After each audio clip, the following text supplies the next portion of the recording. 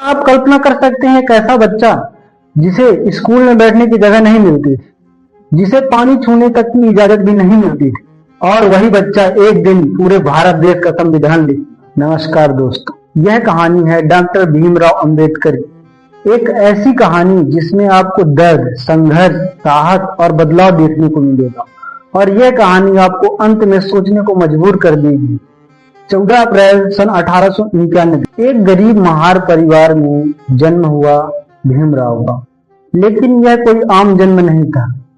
यह जन्म था एक ऐसे समाज में जहां इंसान को उसके कर्म से नहीं बल्कि उसकी जाति से देखा जाता था कि यह क्या करेगा आगे चल के। बचपन से उन्हें हर जगह अपमान सहना पड़े। वह यदि विद्यालय जाते तो विद्यालय में उन्हें अलग बैठाया जाता। यदि उनको पानी मांगे लेकिन उन्हें पानी देने वाला कोई नहीं था। एक सवाल उनके मन में हर एक बार उठता था, क्या मैं इंसान नहीं हूं? इतना अपमान सहने के बाद जब दुनिया के सारे रास्ते बंद हो गए, तब बाबा साहब ने शिक्षा का रास्ता चुना। उन्होंने ठान लिया कि वह इतना पढ़ेंगे कि दुनिया उन्हें नजरअंदाज नहीं कर पाएगी। दिन रात मेहनत, गरीबी, अपमान सब कुछ सहते हुए उन्होंने इतिहास रच दिया। कोलंबिया यूनिवर्सिटी और लंदन स्कूल ऑफ इकोनॉमिक्स में उन्होंने पढ़ाई करके साबित कर दिया कि हालात नहीं, हौसले इंसान को महान बनाए। लेकिन क्या पढ़ाई से समाज को बदला जा सकता है? भारत लौटने के बाद उन्होंने देखा अभी भी कुछ नहीं बदला है। भारत देश जैसे देश में आज भी जाति को लेकर बहुत सारी समस्याएं हैं। उन्होंने देखा वही भेदभाव, वही अन्याय, और उन्होंने लिया एक बड़ा फैसला, बस अब चुप नहीं रहना है। उन्होंने एक आंदोलन शुरू किया।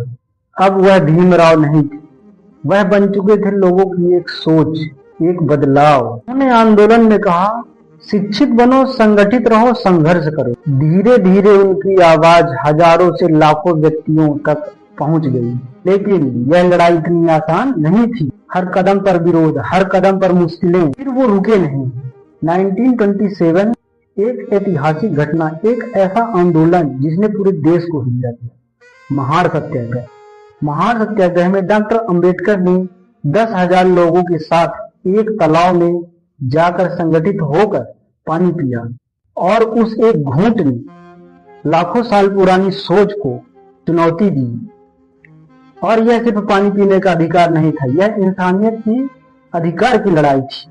उस समय का यह एक प्रकार का विद्रोह भी था जो स्वर्ण समाज को उचित नहीं लगा। इसके साथ एक संदेश था, बस अब और अन्याय नहीं। साल 1947 भारत देश आजाद हुआ अंग्रेजी हुकूमत से। अब सवाल था, देश कैसे चलेगा? सबसे बड़ी चुनौती, कौन बनाएगा वो कानून जो सबको बराबरी दी? और तब इतिहास ने एक ऐसा मोड़ लिया जिसे कोई सोच नहीं सकता था। डॉक्टर भीमराव अंबेडकर को बनाया गया भारतीय संविधान के प्रारूप समिति का अध्यक्ष। सोचिए, जिस इंसान को बचपन में अधिकार नहीं मिले, आज वह पूरे देश को अधिकार देने वाले, आज वह पूरे देश को अधिकार देने वाला था। उन्होंने लिखा एक ऐसा संविधान जहां हर नागरिक बराबर हो, हर नागरिक के साथ किसी भी नागरिक के साथ भेदभाव न हो, सबको बराबर अधिकार मिले, जहां किसी भी नागरिक के साथ भेदभाव नहीं होगा, हर नागरिक को बराबरी का अधिकार मिलेगा। लेकिन क्या इससे लड़ाई खत्म हो गई? नहीं, उनकी लड़ाई सिर्फ कानून तक सीमित नहीं थी। वे चाहते थे एक ऐसा समाज जिसमें सच में बराबरी हो। फिर 1956 में 1956 में उन्होंने एक ऐसा फैसला लिया जिसने सबको चौंका दिया, हैरान कर दिया।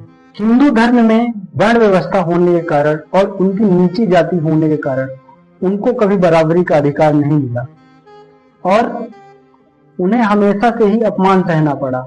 और अंत में उन्होंने डॉक्टर बी.आर. अंबेडकर और उनके साथ लाखों लोगों ने बौद्ध धर्म अपना लिया। यह हिंदू धर्म के लिए बहुत शौक की बात थी। यह सिर्फ धर्म परिवर्तन नहीं था, एक नई पहचान और एक नई आजादी थी लोगों। डॉक्टर बाबा साहब ने जब बौद्ध धर्म अपनाया, उसके पहले उनकी तबीयत खराब रहती थी और उसके बाद भी उनकी तबीयत खराब रही थी, और 6 दिसंबर 1956 में वह पंचतत्व पर विलीन हो गए। अब सोचिए, एक ऐसा बच्चा जिसे पानी पीने तक का अधिकार नहीं था, स्कूल में बैठने तक का अधिकार नहीं था, उसने भारतीय संविधान में हर नागरिक के अधिकार के लिए नींव बनाई। यह कहानी हमें सिखाती है कि हमारे हालात कितने भी खराब क्यों ना हो, कितने भी गरीब क्यों ना हो, लेकिन हमारे इरादे मजबूत हैं तो हम इतिहास बदल सकते हैं। बाबा साहेब ने संविधान सभा में संविधान लागू होने के बाद भी संविधान में कई सारे बदलाव आंदोलन के द्वारा बदले जाने का प्रयास किया, जैसे Poona act, Hindu code bill, जो महिलाओं के संरक्षण में बहुत सारे नियम बनाए गए थे। कई ऐसे आंदोलन हैं जिन्हें एक वीडियो में समझा नहीं जा सकता है, लेकिन आप याद रखिए, जिस दिन आप अन्याय के खिलाफ खड़े हो जाते हैं उसी दिन से असली आजादी आपकी शुरू हो जाती है। डॉक्टर भीमराव अंबेडकर ने कहा था, शिक्षा वह शेरनी का दूध है जो जितना पिएगा वह उतना दहाड़ेगा। इसी के साथ जय भीम। तो भाइयों, वीडियो का कौन सा पार्ट आपको अच्छा लगा है कमेंट में ज़रूर बताना है और चैनल को सब्सक्राइब कर लेना है। Thanks for watching. बहुत बहुत धन्यवाद आप लोगों को।